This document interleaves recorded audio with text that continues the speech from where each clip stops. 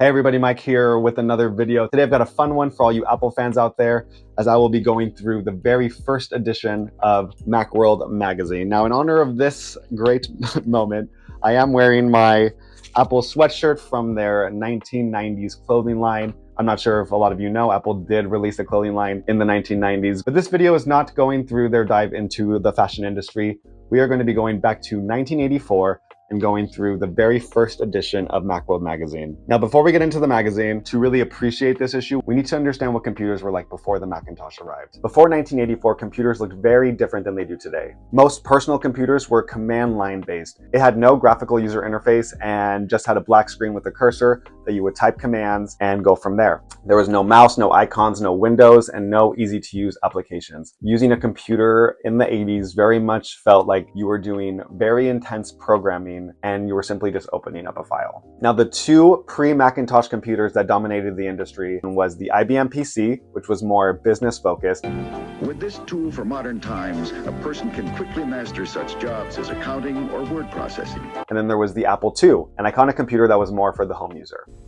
Using an Apple II is very easy. Most PCs were used in offices for spreadsheets, accounting, word processing, databases, and there was no standardized user experience. You would have to type something like this just to see what was on your disk. There were no windows, there was no icons, there was no mouse. They were complicated, they were intimidating. It was mostly for the extremely tech-savvy user. And with no clear visual organization, everything was done through commands. Then came the Macintosh. Steve Jobs introduced the Macintosh on January 24th, 1984, during a live presentation at the Flint Center in Cupertino, California. This was the famous event where Steve Jobs literally goes to the Macintosh, pulls it out of a bag, and lets the Macintosh introduce itself with a synthesized voice. Hello, I'm Macintosh. It sure is great to get out of that bag. The launch followed Apple's iconic 1984 Super Bowl commercial and really took aim at IBM. IBM was seen as big brother, big corporation, big government, and that the Macintosh was the underdog, the computer for the rest of us. Steve Jobs pulled it out, and instead of a black screen with a cursor and some green text that you had to type all these commands to use, it was visual, it was beautiful, there was design, there was icons, there was the graphical user interface that all computers use today. And most revolutionary, that the Macintosh introduced a device that nobody had used before. It was a mouse. And it's as easy to use as this Macintosh. This little device changed the way that people interacted with computers. And it's exactly why Macworld Magazine was created, to help users understand this bold new way of computing. So with that being said, let's dive into the first edition of Macworld Magazine. So here we have the front cover, and we have Steve Jobs, very handsome man with three original Macintosh computers. We see the mouse, it had one button, and we have some cover stories. We have Apple's remarkable new personal computer, an exclusive look inside the Macintosh, word processing tips for Mac writers, to even have something like a paint app or a drawing app, thing you can edit images or photos. All of this was so new to the user interface that it was replacing.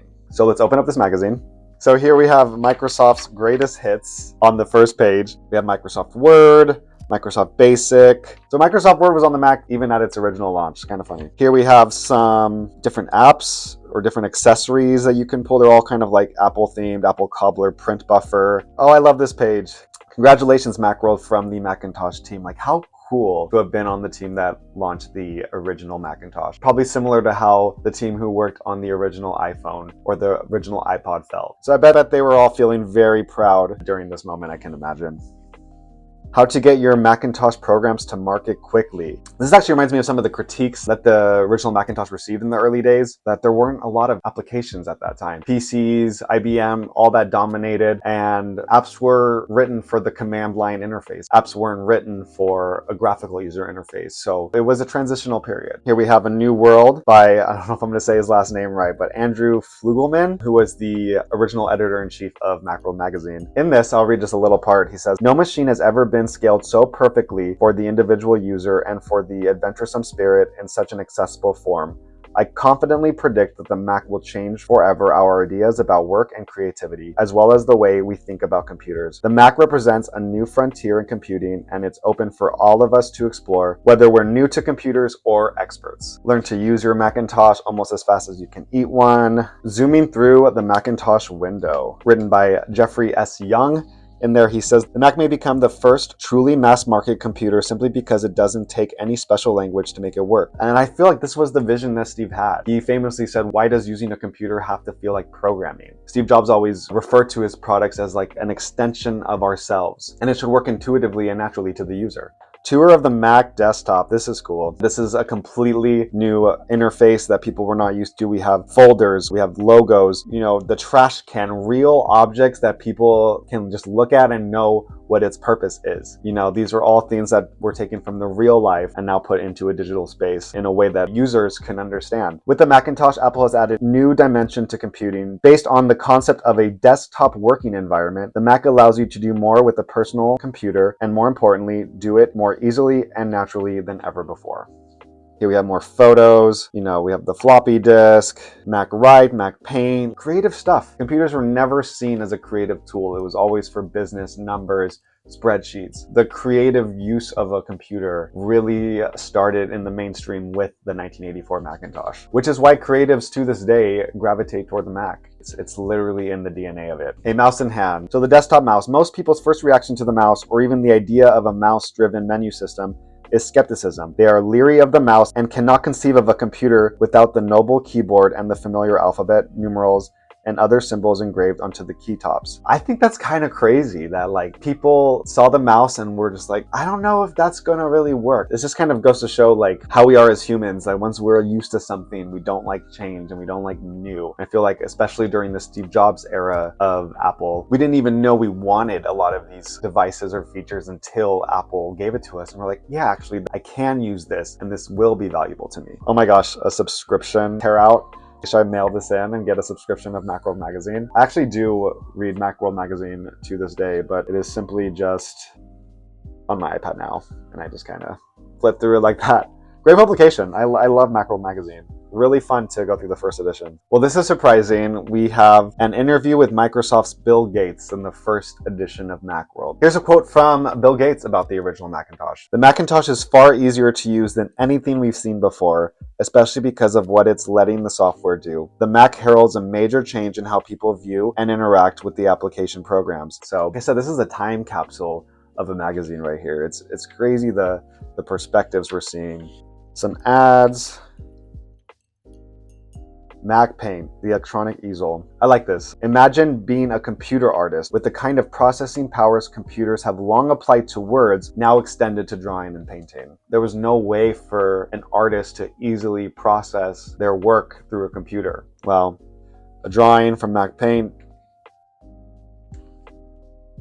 Mac Paint is the electronic equivalent of having top-flight artist tools and skills at your fingertips. Apple's Image Writer printer, so I think this was a printer that they sold as an accessory to the Mac, I believe. Here's tips for Mac writers. This was a cover story. If you delete a substantial portion of text, don't cut it without pasting it somewhere. The concept of copy and paste.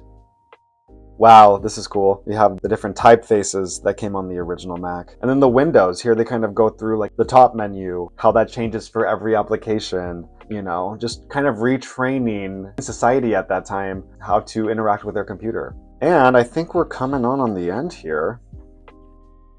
The making of Macintosh, wow. That's pretty cool, check this out. All those beautiful images of how it was built. Oh, and here they have some experts from the original team. Andy Hertzfeld, he said, I started on the Macintosh project in February 1981 when there was just one tiny wire-wrapped Mac and all it could do was print hello about 85 times on the screen when you hit reset. Susan Kerr, she's the one who designed all of the original Mac icons. We have Steve Jobs right here. He says, it's one of those things that you know won't last forever. The group might stay together maybe for one more iteration of the product, and then they'll go their separate ways. For a very special moment, all of us have come together to make this new product. We feel this may be the best thing we'll ever do with our lives. And here they have a Macworld gallery, an exhibition of Macintosh graphics. Oh yeah, that looks like it was sometimes referred to as a logo, but it was really just kind of on the cover of a lot of their manuals at that time, I think. Wow, look at that ad.